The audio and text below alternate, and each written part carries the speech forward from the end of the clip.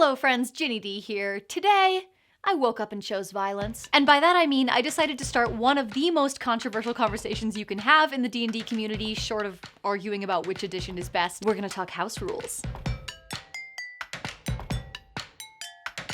But before we do, quick reminder that my new D&D inspired pinup calendar, Natural 22, is now available for pre-order. It's a collection of 13 brand new cosplay photos featuring my original characters in a super cute, vintagey cheesecake style. They're limited edition, so once they're gone, they will never be sold again. So if you have even the tiniest bit of interest, now is the time to check it out. And might I say, they make great gifts. Anyway, house rules. If you've never heard of a house rule, it basically just means that the DM is changing the rules of the game for their specific table. Most people implement house rules to fix something that they think is flawed or broken, to make something more fun or more dramatic, or to make something easier or more challenging, depending on what their table needs. I get why house rules are controversial. I mean, my own DM once said that he liked a house rule that makes healing word an action instead of a bonus action. Jesse, you fucking monster. So today, I want to talk about how to identify if a house rule is going to be right for your table. I will walk you through 3 basic steps to evaluate a house rule, and then we'll talk a little bit about how to actually implement house rules without overwhelming or confusing your players. That was a long game. I'm gonna head back to the dice bag with the other D20s. You coming? Actually, I'm just gonna relax on my new Dwarven Forge reliquaries. Wait, relic what? I thought Dwarven Forge made terrain. No, they do, but they just launched a new Kickstarter for these. It's hard to even pick a theme when they're all so dang stylish. Like this one, or this one. Is that glowing? Oh yeah, the hero reliquaries have rechargeable LEDs. I guess Ginny just thought I deserved to be shown off. You pledged for these on Kickstarter, didn't you? Look, if she doesn't want me to buy stuff, she shouldn't put her wallet in the same bag as her dice. Dwarven Forge Reliquaries, epic thrones for legendary dice. Available exclusively through Kickstarter. Check the link in the description to make your pledge. The very first question to ask yourself, whether you are inventing a house rule or considering one that you found online or heard about from a friend, is what it's actually going to bring to your game. Some house rules solve a problem. For example, offering a +1 to attacks and damage when players are ready with their action right when their turn begins can help solve the problem of slow, dragging combat. It basically encourages distracted or indecisive players to be better prepared by rewarding them for speed. Some house rules make the game more exciting or dramatic, like having the DM or the player roll their death saves privately, so that other players don't know how long they have to get their fellow party member back on their feet. So what is your chosen house rule accomplishing? Is it solving a problem? Is it making the game more fun? Is it heightening tension? It's super important to know why you're putting a house rule into place. You might stumble across a rule that sounds good and makes sense, but it was created to solve a problem that your table isn't actually experiencing. Or maybe something that's exciting and dramatic for another group, like rolling secret death saves, is going to be frustrating or stressful for another table. I think it's also worth it to ask yourself if the house rule is helping players, helping the DM, or helping both. A house rule that allows potions to heal max damage when used outside of combat, for example, clearly helps players. Meanwhile, the house rule that makes healing word an action, or even flat out removes healing word from the game, is a rule that benefits the DM by making it harder for players to pop back up after being knocked unconscious. And of course, some house rules benefit both parties equally, like the one that says that if you roll exactly your target's AC, you deal half damage. Now, I am not saying that you can't have rules that benefit just the players or benefit just the DM. What I am saying is that you should be aware of which side you're buffing with each rule, and be sure that giving that side a bonus will actually improve your game. Before you even begin thinking about what the downsides are to any given house rule, it is absolutely crucial to understand the upsides. If you can't identify what problem it's solving and who it's helping, then what's the point of adding it? Think of the most ridiculous ways that players could take advantage of a house rule. Now assume that they are going to think of something at least 3 times more ridiculous. For example, let's say that you have a house rule that ranged fighters have infinite non-magical projectiles.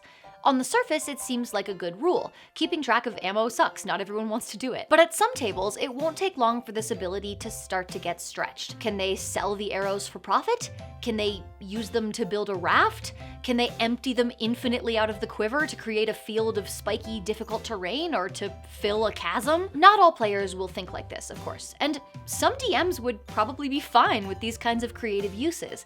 But if you don't want your ranger to turn into a traveling arrow salesman, these are the kinds of things to think about before you put that kind of rule into place. Whatever house rule you're thinking about using, consider how it can be used both in and out of combat, how it could be combined with other spells or abilities, and how it might change as your players level up. Something that's a nice little bonus early in the campaign could very easily spiral into something wildly overpowered at higher levels. Now, I'm not gonna act like Wizards of the Coast is infallible, and certainly there are plenty of flaws in 5th edition and in any edition, but the fact remains that the rules as written for D&D were created and reviewed and play-tested by teams of people for whom this is their entire job. This is a complex, sprawling game with tons of different interconnected systems and factors and mechanics. Pulling on one thread can very easily unravel something else if you're not careful. So before you implement a house rule, you have to make sure that you're not fixing one thing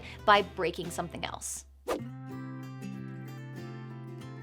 I touched on this a little with the question of who the house rule helps and hurts, but beyond just asking if the rule is for the benefit of the players or the benefit of the DM, it's also very important to make sure that your house rules don't favor or target specific players. When adding a new house rule, think through how it will impact every single player at your table. Some of these might be obvious, like if you implement house rules that make short rests harder to come by, classes that really rely on short rests, like warlocks or monks, will struggle more than classes that don't, like rogues. Another example is that one popular house rule where you take a level of exhaustion if you're knocked unconscious, which tends to disproportionately affect melee fighters, who are taking most of the hits. But some imbalances will be a little harder to spot. For example, the exploding dice house rule is pretty popular, and is even a core part of some games, like Savage Worlds. With this rule, when you roll the maximum on a damage die, you get to roll it again and add it to your total. Sounds fun, and some tables absolutely love it, but